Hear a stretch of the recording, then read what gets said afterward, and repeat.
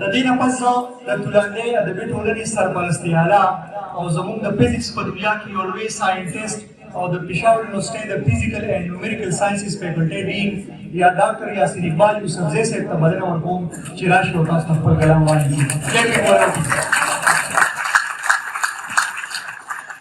بسم الله الرحمن الرحیم.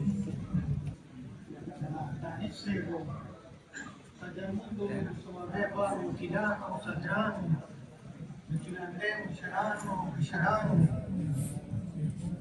دا کشران چې نن څنګه ناست دي دغسې به زمونږ کوم مشران دي هغوی هم دې کلي کې ناست وو او بیا به مونږ هم د کشرانو په حیث باندې ناست وو.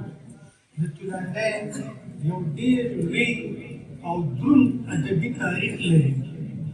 په مشاعره کې چې خبرې کېږي یا شور کېږي نو دا هغه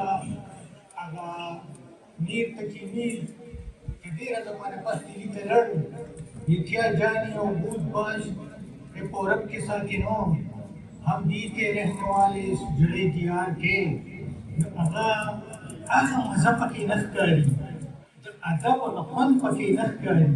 د ادب یو خپل خوند دی، یو خپل قیمت دی.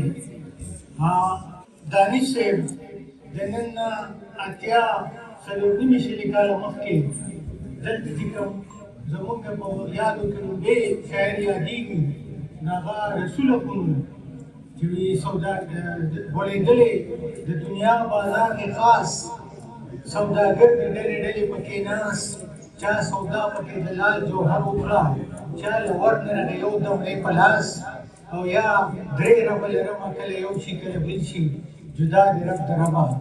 بیا د مینوش بابا دور و نو زه درته د هغه یو شعر وایم هغه د اقبال علامه اقبال د پنځو کتابونو منظومې ترجمې کړي دي او پښتو اکیډمۍ کې پراته دي. او هغه وی خانانو خاینانو د خوارانو خو مې لیک کړي دا نن چې تولاندۍ کلي بېخانه بندي شو. او یو شعر وی خون د میو چې نسکور شي خون د میو چې نسکور شي او اخري ټکي تطوی شي خون د میو چې نسکور شي اخري ټکي تطوی شي د مدهوشه چې هوش لاړ شي دغه نوم نه دی جانان. مینوش بابا ډېر لوی شخصیت و. د هغه نه پس شنه خالونه لکه بیا انقضان جوړوي خلک بیا مې قتلولو ته میدان جوړوي. شیر علي خان صدیو وی د دنیا حال به خراب وي ته به یې وینې ورور به خپل ورور ته کساد وي ته به یې وینې. او نور شعرونه یې نه وایم وایي که مرګ پرېښودې سکي شیر علي خانه دا رزړ په پنجاب وي ته به یې وینې.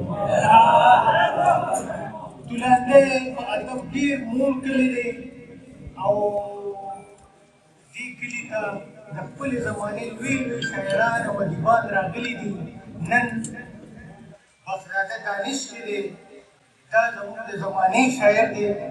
موږ ډېر مشهور یو چې موږ یې دومره وخت راکړی دی او دلته راغلی دی. بادشاهګیر دا ټول زما کشران دي او د ادب د دنیا ستوري دي او مشران دي. عزیز انور دا ټول د پښتو دا کمال دی چې مغول راغی نو رحمان پیدا کو خوشحال پیدا کړ. چې پاکستانی انګریز راغی نو غنی پیدا کو حمزه پیدا کړ. چې پاکستانی استعمار راغی نو سائل پیدا کو اجمل پیدا کړ. او نن هم چې پښتو ژوندی ده د دې ملګرو د عباسین صاحب دي د سهیل صاحب دي دانش صاحب نوې زمانې له یو نوی رنګ ورکړی دی. اقبال شاکر صاحب عزیز بھائی انور بھائی او پښتو یې خوږه کړې ده او درنه کړې ده. او زه د تولاندۍ ادبي ټولنې چې دا په 1990 کې موږ باندې جوړه کړه او راروانه به د هغه زمانې نه او بیا لږ غوندې وقفه پکې راغله د ټیرریزم د وجې او د مختلفو وجوهاتو د وجې دې اوس بیا دا دغه کړې ده او ډېره تکړه ده. نو موږ د دې ډېر مشهور یو چې تولاندۍ ادبي ټولنه دی خدای پاک تکړه او تابندل چې داسې مشاعرې کوي.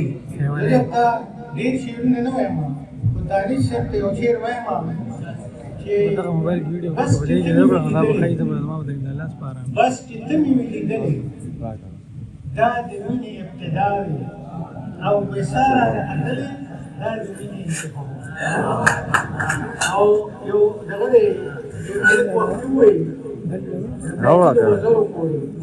وی دای په ځمکه دا بل چا دای په ځمکه د ژوندون هره اسره ختمه شي دای په ځمکه د ژوندون هره اسره ختمه شي میږي شکال کې صدقې وځي وزرې نه کوي او هغه چې په سر مار چا سره روزګار پرېښی و هغه په مخې ور زموږ سره خبرې نه کوي